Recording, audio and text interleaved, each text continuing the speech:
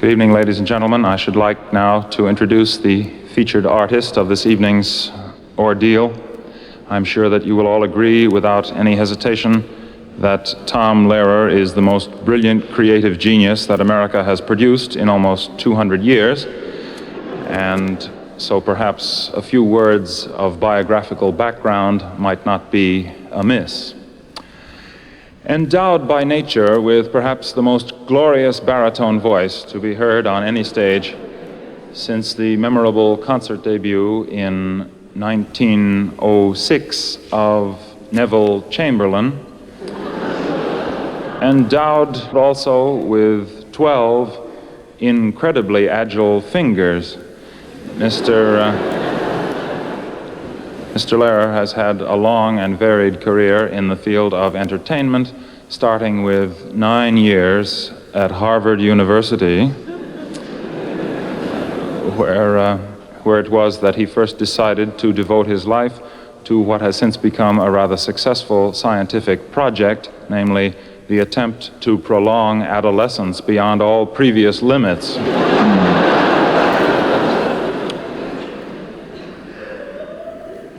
Even before he came to Harvard, however, he was well known in academic circles for his masterly translation into Latin of The Wizard of Oz, which remains, even today, the standard Latin version of that work.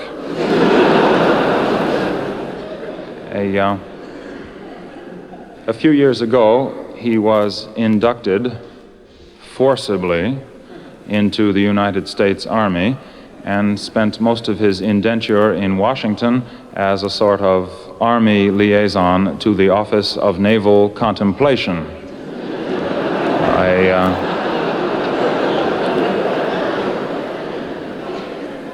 About his service record, he is justifiably modest, but it is known that in a short time he rose to the rank of Brigadier General. However, before he could acquire tenure, he was discharged, and owing to nepotism and intrigue, he emerged with only the rank of Specialist Third Class, which was roughly equivalent in the American Army to your rank of Corporal without portfolio.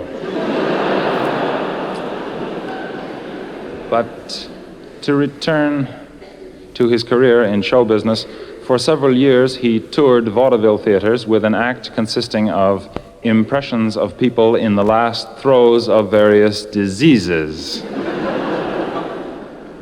Some of you here tonight perhaps may recall with pleasure his memorable diphtheria imitation. He is generally acknowledged to be one of the greatest living American composers and is currently working on a musical comedy based on the life of Adolf Hitler.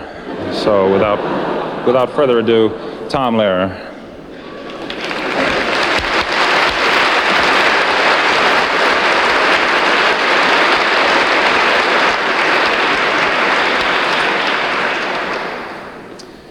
You'd be amazed at the money we save that way.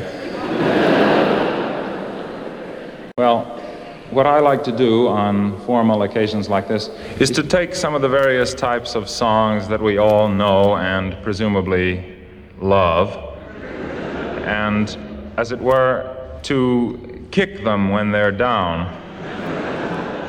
I find that if you take the various popular song forms to their logical extremes, you can arrive at almost anything from the ridiculous to the obscene,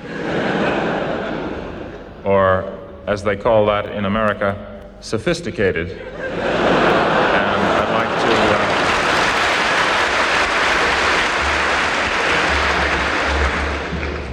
I'd like to illustrate with several hundred examples for you this evening. First of all, I thought I'd start off with a really typical American type of song to get you attuned to my foreign accent. One of the favorite topics for American songwriters is our South, or as we call it, Dixie. And it's always seemed to me, though, that most of these songs really don't go far enough. The following song, on the other hand, goes too far. It's called I Want to Go Back to Dixie.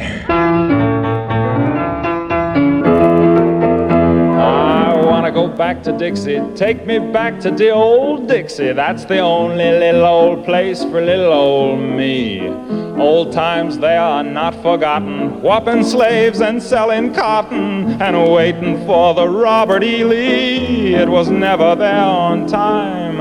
I'll go back to the Swanee where pellagra makes you scrawny and the honeysuckle clutters up the vine. I really am a fixin' to go home and start a mixin' down below that Mason-Dixon line.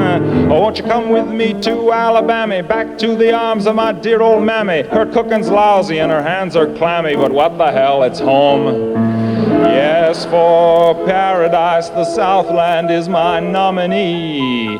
Just give me a ham hock and a grit of harmony. I want to go back to Dixie. I want to be a Dixie pixie and eat corn pone till it's coming out of my ears. I want to talk with southern gentlemen and put that white sheet on again. I ain't seen one good lynching in years. The land of the boll weevil, where the laws are medieval, is calling me to come and nevermore roam. I want to go back to the Southland, that you all and shut my mouth land, be it ever so decadent. There's no place like home.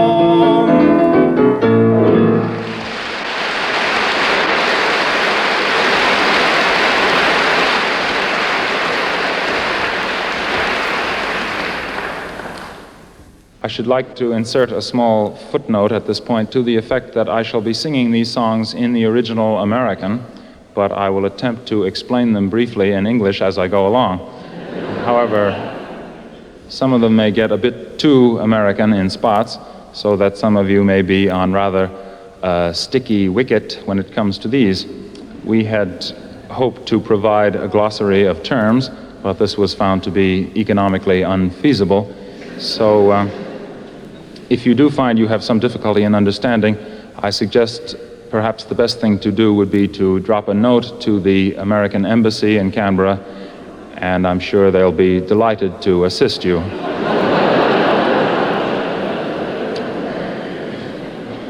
Failing that, though, if there is any difficulty in comprehension, I would suggest that you approach this evening's performance in the same spirit as you would, say, a performance of a Wagner opera in German, namely that the sheer, overwhelming beauty of the music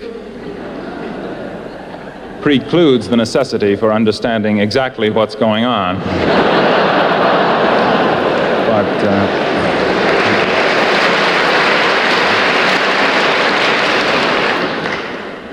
if I may indulge in a bit of personal history at this point, a few years ago I worked for a while for the Atomic Energy Commission, known affectionately as the AEC, at the Los Alamos Scientific Laboratory in New Mexico. I had a job there as a spy.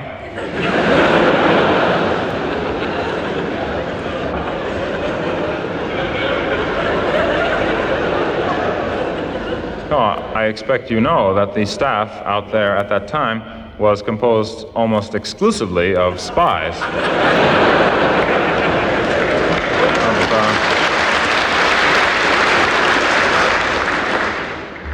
Of one persuasion or another. And as some of you may know, New Mexico is in the heart of the gun, smoke, and wagon train district, although in recent years, the area has been used for testing of somewhat more refined weapons than those used in the old westerns, and nowadays a security clearance is a more valuable thing to have than a shooting iron. So to commemorate that delightful metamorphosis, here is a modern cowboy ballad called "The Wild West is Where I Wanna Be."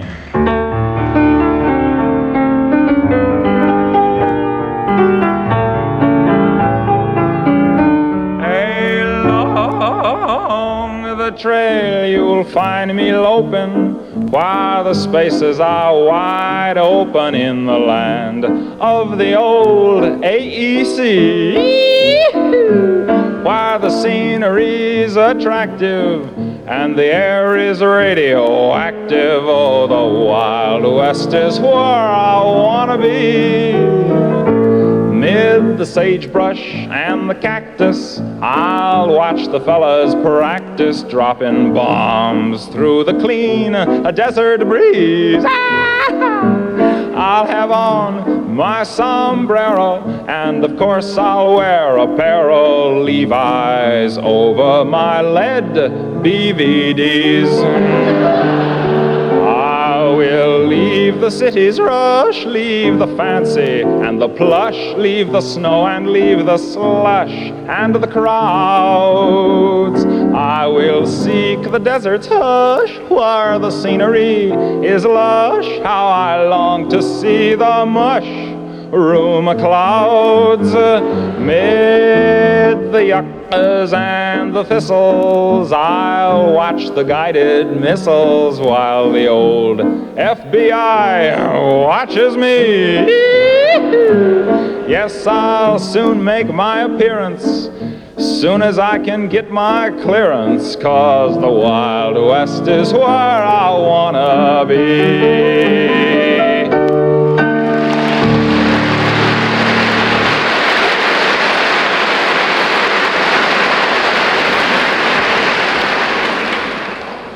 Now we come to a peculiar type of American song known as the football fight song. I'm not going to attempt to explain to you the American game of football. That particular bit of Americana has never been satisfactorily explained to me. But I will go so far as to say that although you do have a game here which is roughly comparable to our football, at least in the sense that it is equally pointless, you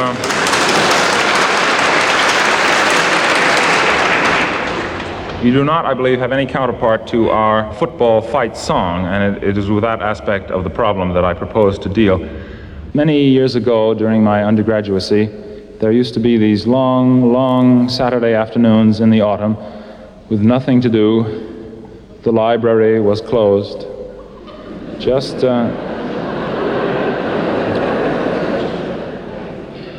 Just waiting around for the cocktail parties to begin. And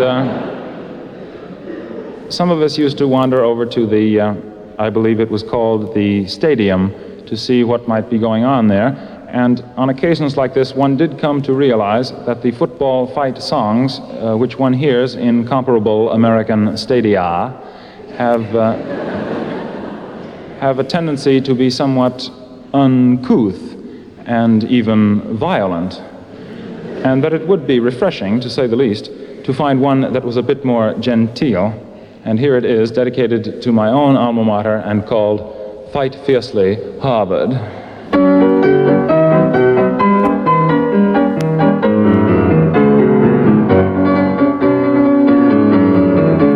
Fight fiercely, Harvard, fight, fight, fight, demonstrate to them our skill.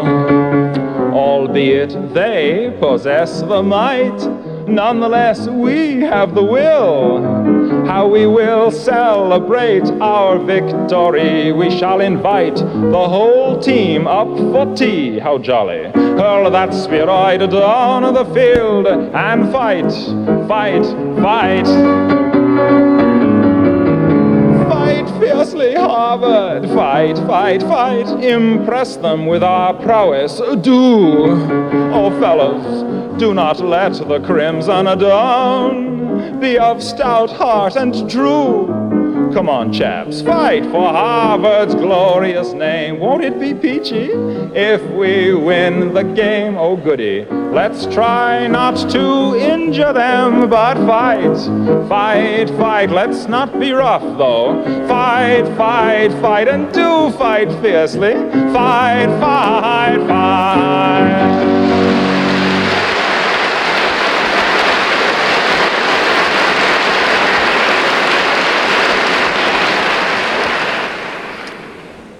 I mentioned before that there is no direct Australian counterpart to that type of song, and in pointing out these differences between the American and Australian cultures, I should add that I have been surprised at how similar the American and Australian ways of life are.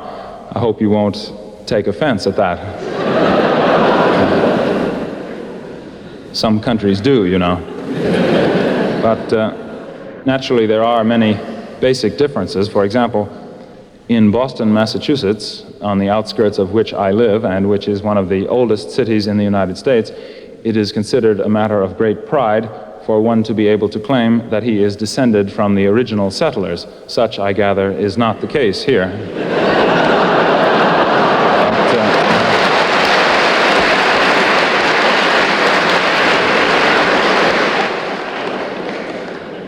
But while I'm on this general subject, I should be frank and say that there are many respects in which you are definitely years behind us. For example, your divorce rate, your juvenile delinquency rate, your mental illness rate are all shockingly low compared to ours. And I do feel that you will have to put your shoulders to the wheel if you intend to catch up to our degree of civilization. Although you do go in for hunting in Australia, you do not, I believe, practice the peculiar form of deer hunting in which we engage in the States, which goes roughly as follows. These deer hunters put on bright red hats and go out and attempt to shoot deer. If they succeed in this, they tie them to the sides and the front and the tops of their cars and drive them home. What they do with them when they get them home, I have not been able to ascertain. I suspect that some sort of primitive sacrament is involved. But anyway, that's the way it's supposed to work in theory, but actually, during the hunting season, which takes place in the autumn, you see almost every day at least one item in the newspapers about somebody who has shot someone else under the impression, presumably, that he was a deer with a bright red hat.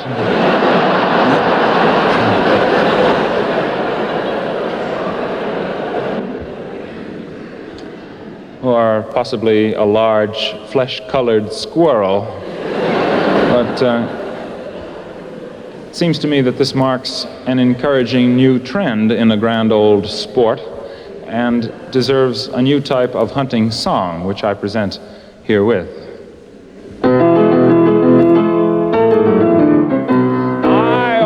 Will remember 'twas a year ago November, I went out to hunt some deer on a morning bright and clear. I went and shot the maximum the game laws would allow, 2 game wardens, 7 hunters, and a cow.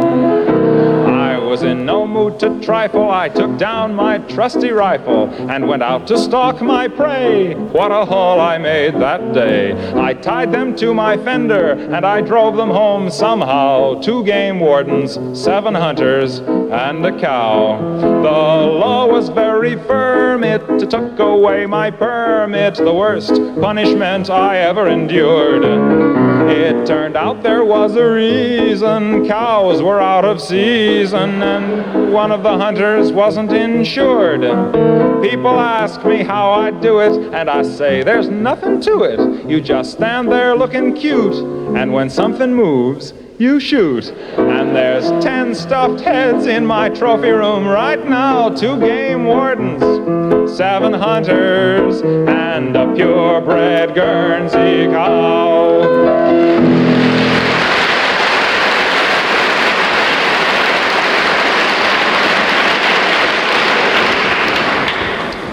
For many years now, Mr. Danny Kaye, who has been my particular idol since childbirth, has been doing a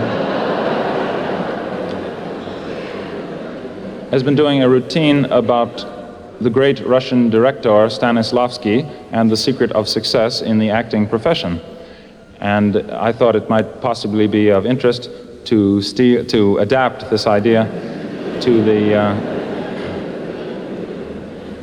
to the field of mathematics, I always like to make explicit the fact that before my career was cut short in its prime, I was, in fact, an incipient mathematician. I don't like people to get the idea that I have to do this for a living. I mean, it isn't as though I had to do this, you know. I could be making, 800 pounds a year just teaching.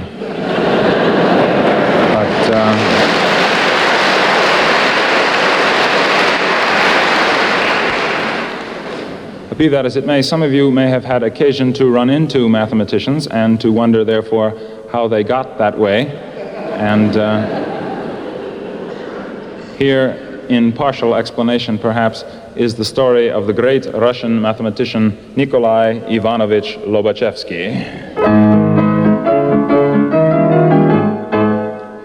Who made me the genius I am today, the mathematician that others all quote? Who's the professor that made me that way, the greatest that ever got chalk on his coat? One man deserves the credit, one man deserves the blame, and Nikolai Ivanovich Lobachevsky is his name. Hey, Nikolai Ivanovich Lobachevsky. I have never forget the day I first meet the great Lobachevsky. In one word, he told me secret of success in mathematics: plagiarize. Plagiarize. Let no one else's work evade your eyes. Remember why the good Lord made your eyes, so don't shade your eyes, but plagiarize, plagiarize, plagiarize. Only be sure always to call it, please, research. And ever since I meet this man, my life is not the same. And Nikolai Ivanovich Lobachevsky is his name. Hey, Nikolai Ivanovich Lobachevsky. I never forget the day I am given first original paper to write. It was on analytical algebraic topology of locally Euclidean metrization of infinitely differentiable Riemannian manifold. Boże mój. This I know from nothing. But I think of great Lobachevsky and I get idea. Ha ha! I have a friend in Minsk who has a friend in Pinsk, whose friend in Omsk has friend in Tomsk with friend in Akhmolinsk. His friend in Alexandrovsk has friend in Petropavlovsk, whose friend somehow is solving now the problem in Dnepropetrovsk. And when his work is done, aha, begins the fun. From Dnepropetrovsk to Petropavlovsk, by way of Ilysk and Novorossiysk, to Alexandrovsk, to Akhmolinsk, to Tomsk, to Omsk, to Pinsk, to Minsk. To me the news will run. Yes, to me the news will run. And then I write by morning, night, and afternoon, and pretty soon my name in Dnepropetrovsk is cursed. When he finds out, I publish first. And who made me a big success and brought me wealth and fame? Nikolai Ivanovich Lobachevsky is his name. Hey, Nikolai Ivanovich Lobachevsky. I have never forget the day my first book is published. Every chapter I stole from somewhere else. Index I copy from old Vladivostok telephone directory. This book was sensational. Pravda? Pravda. Pravda said жил был король, когда-то при нем блоха жила. It stinks. But известия said, я иду куда сам царь идет пешком. It stinks. Metro Goldwyn Moskva bought the movie rights for 6 million rubles, changing title to The Eternal Triangle, with Marilyn Monroe playing part of Hypotenuse. And who deserves the credit and who deserves the blame? Nikolai Ivanovich Lobachevsky is his name. Hey!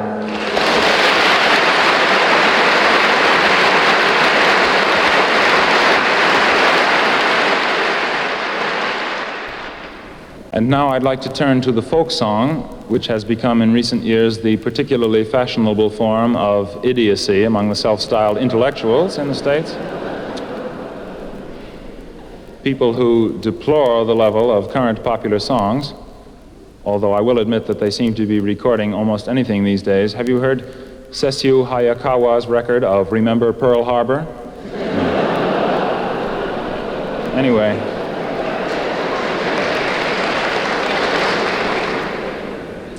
people who deplore the level of current popular songs and yet will sit around enthralled singing Jimmy Crack Corn and I Don't Care, or Green Grow the Rushes, oh, whatever that means. At any rate, for these elite, if we have any with us this evening, I should like to do an ancient Irish ballad, which was written a few years ago, and which is replete with all the accoutrement of this art form. In particular, it has a sort of idiotic refrain, in this case, rickety-tickety-tin, coming along from time to time, running through, I might add, interminable verses. The large number of verses being a feature expressly designed to please the true devotees of the folk song, who seem to find singing 50 verses of On Top of Old Smoky is twice as enjoyable as singing 25. This type of song has also what is known technically in music as a modal tune. This means, for the benefit of any layman who may have wandered in this evening, that I play a wrong note every now and then. I think you'll notice that.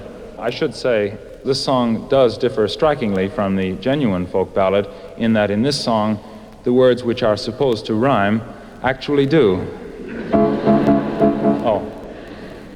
In all fairness, I'm not directing these remarks against the vast army of folk song lovers, but merely against that peculiar hardcore who seem to equate authenticity with merit and illiteracy with charm.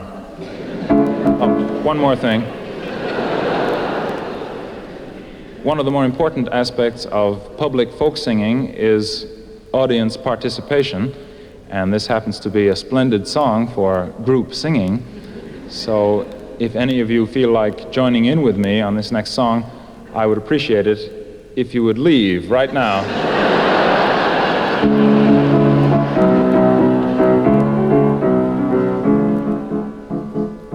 About a maid I'll sing a song, sing rickety-tickety-tin. About a maid I'll sing a song who didn't have her family long. Not only did she do them wrong, she did every one of them in. She did every one of them in. One morning in a fit of pique, sing rickety-tickety-tin. One morning in a fit of pique, she drowned her father in the creek. The water tasted bad for a week, and we had to make do with gin, with gin. We had to make do with gin. Her mother she could never stand, sing rickety-tickety-tin. Her mother she could never stand, and so a cyanide soup she planned. The mother died with a spoon in her hand, and her face in a hideous grin, a grin. Her face in a hideous grin. She set her sister's hair on fire, a rickety-tickety-tin. She set her sister's hair on fire, and as the smoke and flame rose higher, danced around the funeral pyre, a playing a violin, playing a violin. She weighted her brother down with stones, rickety-tickety-tin. She weighted her brother down with stones and sent him off to Davy Jones. All they ever found were some bones and occasional pieces of skin, occasional pieces of skin. One day when she had nothing to do, sing rickety-tickety-tin. One day when she had nothing to do, she cut her baby brother in two and served him up as an Irish stew, and invited the neighbors in, invited the neighbors in.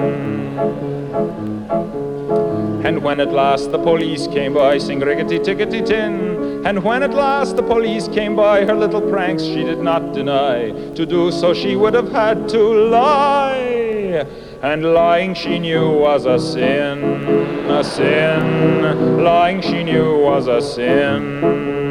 My tragic tale I won't prolong, rickety-tickety-tin. My tragic tale I won't prolong, and if you do not enjoy my song, you've yourselves to blame. If it's too long, you should never have let me begin.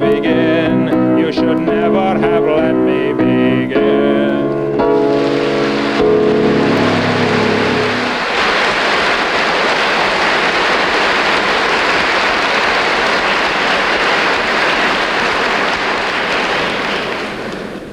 The most popular type of popular song in any country is, of course, the love song, and I'd like to illustrate several subspecies of this form during the evening.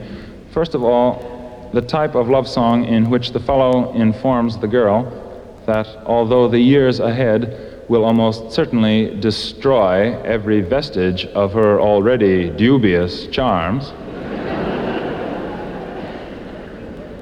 that nonetheless his love for her will shine on forever through the years, you know? Another example of stark realism in the popular song.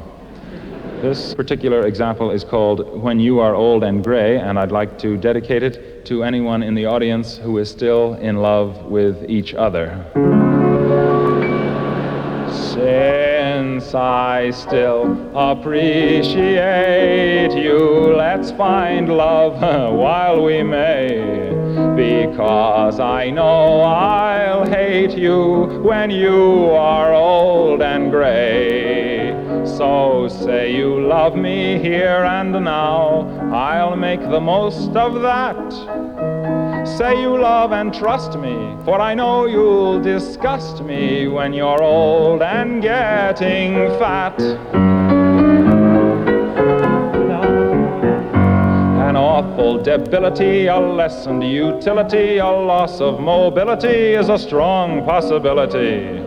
In all probability, I'll lose my virility, and you your fertility and desirability. And this liability of total sterility will lead to hostility and a sense of futility.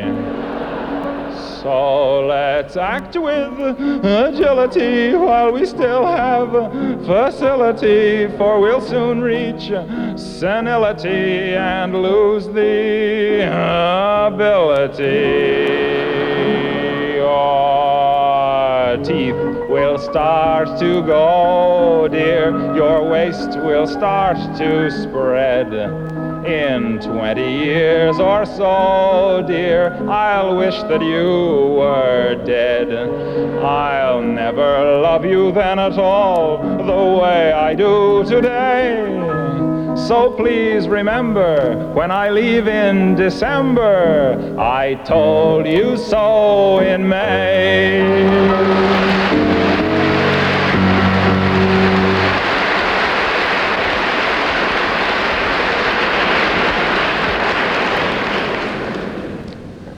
This might be as good a moment as any to insert a small commercial for some recordings I have made of some of these songs, which are carried by most of the less scrupulous record shops throughout Australia. If your own favorite record dealer does not have them, I suggest you simply belt him one right in the teeth. These recordings were designed actually for those discriminating few in each community to whom quality is no object. But there is one difficulty with them. I should be frank with you. They are unfortunately unbreakable. However, we have a vast research staff at work on this very problem, even now as I address you here. And we hope to make them in time, if not breakable, at least soluble in water.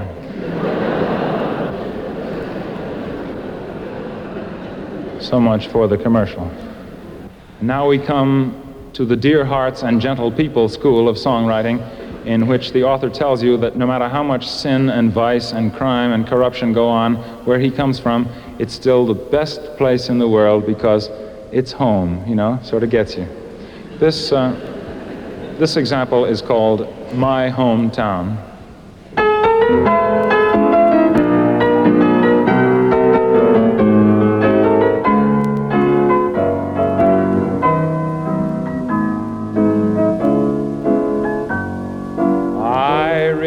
a yen to go back once again, back to the place where no one wears a frown, to see once more those super special, just plain folks in my hometown. No fellow could ignore the little girl next door. She sure looked sweet in her first evening gown. Now there's a charge for what she used to give for free in my hometown. I remember Dan, the druggist on the corner. He was never mean or ornery, he was swell. He killed his mother-in-law and ground her up real well, and sprinkled just a bit over each banana split. The guy that taught us maths, who never did take baths, acquired a certain measure of renown. And after school he sold the most amazing pictures in my hometown. That fellow was no fool who taught our Sunday school, and neither was our kindly Parson Brown. I think I'll leave this line out. There may be someone here tonight from Adelaide, in my hometown.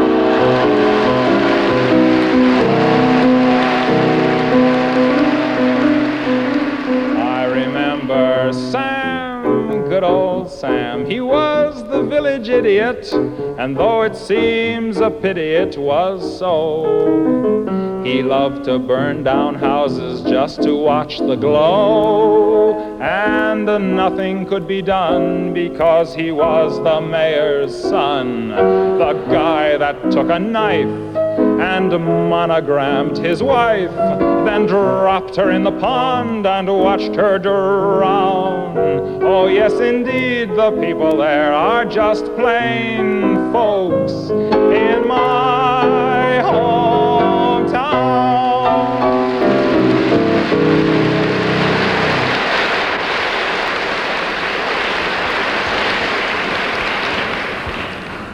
You're probably familiar with songs about the old lamplighter and the old dream peddler and the old garbage collector and all these lovable old characters that go around spreading sweetness and light to their respective communities. But it's always seemed to me that there is one member of this happy band who does an equally fine job, but who has never been properly celebrated in song or story. And this is an attempt to remedy, at least in part, that deplorable situation.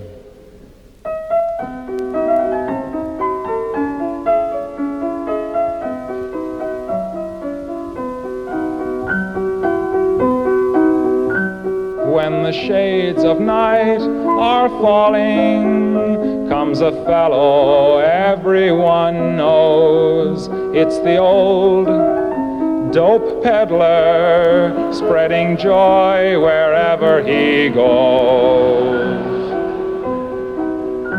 Every evening you will find him around our neighborhood. It's the old dope peddler, doing well by doing good. He gives the kids free samples because he knows full well that today's young innocent faces will be tomorrow's clientele. Here's a cure for all your troubles. Here's an end to all distress.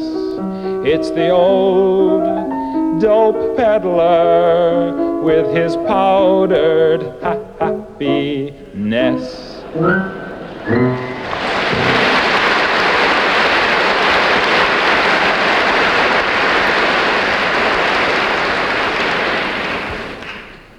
I realize it's very bad form to quote from one's own reviews, but I would like to mention something that the New York Times said about me once, which I have always treasured. They said, "Mr. LEHRER's muse is not fettered by such inhibiting factors as taste."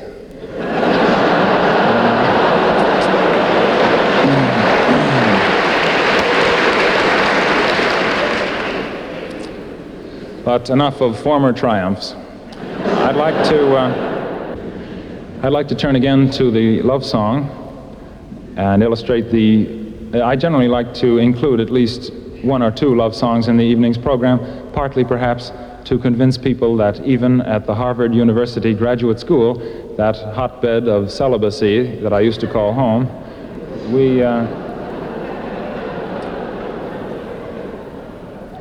we did have our moments. Anyway, I'd like to consider the Viennese waltz variety of love song of the Franz Lehar Johann Strauss school, conjuring up images of gaily waltzing couples and probably stale champagne drunk from sweaty slippers.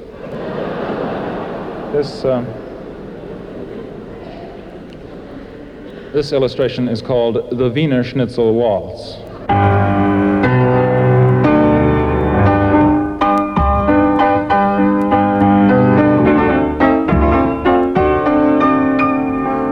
Remember the night I held you so tight as we danced to the Wiener Schnitzel Waltz. The music was gay and the setting was Viennese. Your hair wore some roses, or perhaps they were peonies. I was blind to your obvious faults as we danced across the scene to the strains of the Wiener Schnitzel Waltz. I drank some champagne from your shoe, la la la. I was drunk by the time I got through, la la la. For I didn't know, as I raised that cup, it had taken 2 bottles to fill the thing up.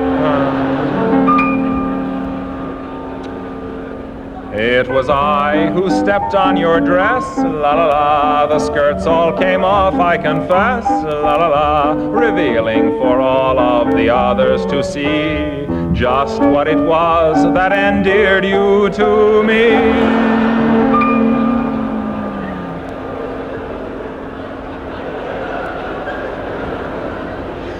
I remember the night I held you so tight as we danced to the Wiener Schnitzel Waltz. Your lips were like wine, but your teeth rather yellowish. The music was lovely, quite Ivor Novello-ish. I drank wine, you drank chocolate malts. And we both turned quite green to the strains of the Wiener Schnitzel Waltz.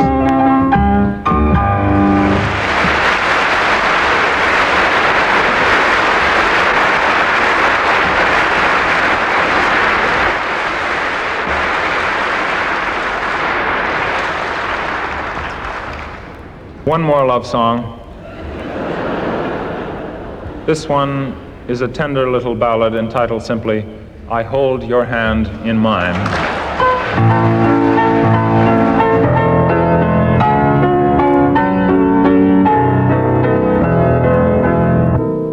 I hold your hand in mine, dear.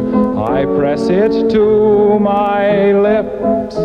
I take a healthy bite from your dainty fingertips.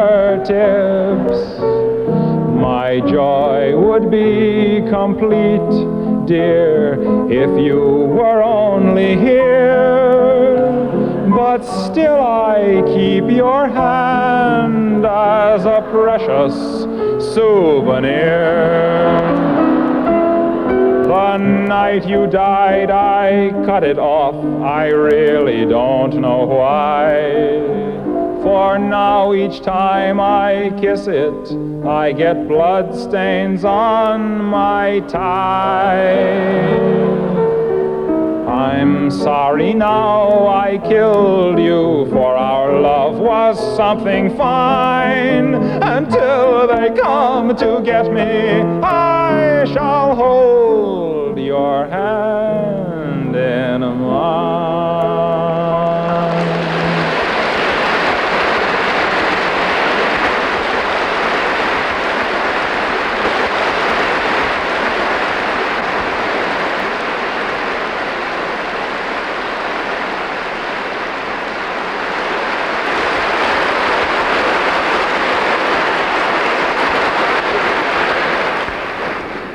Ah, very good.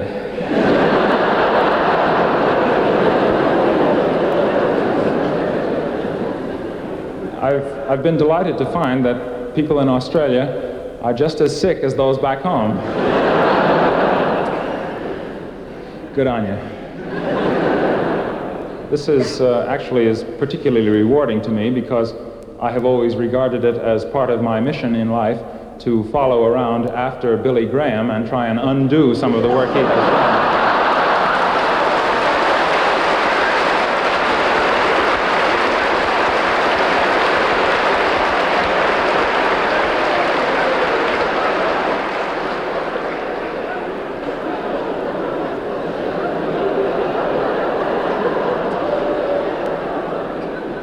I see.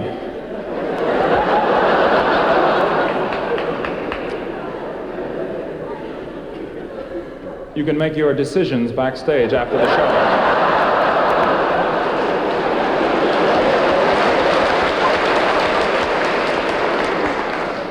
Well, anyway, I have time for one more here, and this is a little song dedicated to the Boy Scouts.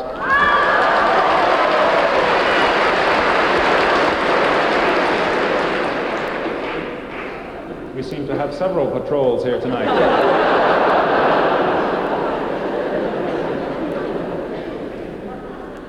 The Boy Scouts, those noble little bastions of democracy,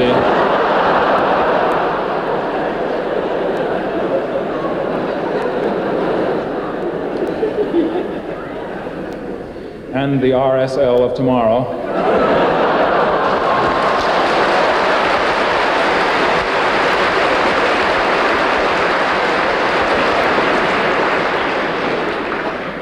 Their motto is, as you know, be prepared, and that is the name of the song.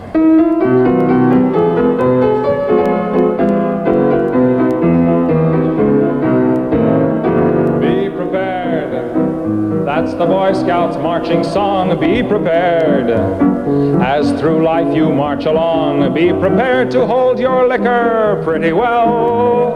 Don't write naughty words on walls if you can't spell. Be prepared to hide that pack of cigarettes. Don't make a book if you cannot cover bets. Keep those reefers hidden where you're sure that they will not be found, and be careful not to smoke them when the scoutmaster's around, for he only will insist that they be shared.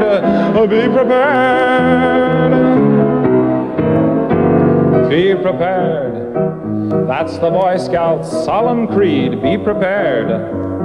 And be clean in word and deed. Don't solicit for your sister, that's not nice, unless you get a good percentage of her price. Be prepared, and be careful not to do your good deeds when there's no one watching you. If you're looking for adventure of a new and different kind, and you come across a Girl Scout who is similarly inclined, don't be nervous, don't be flustered, don't be scared. Be prepared.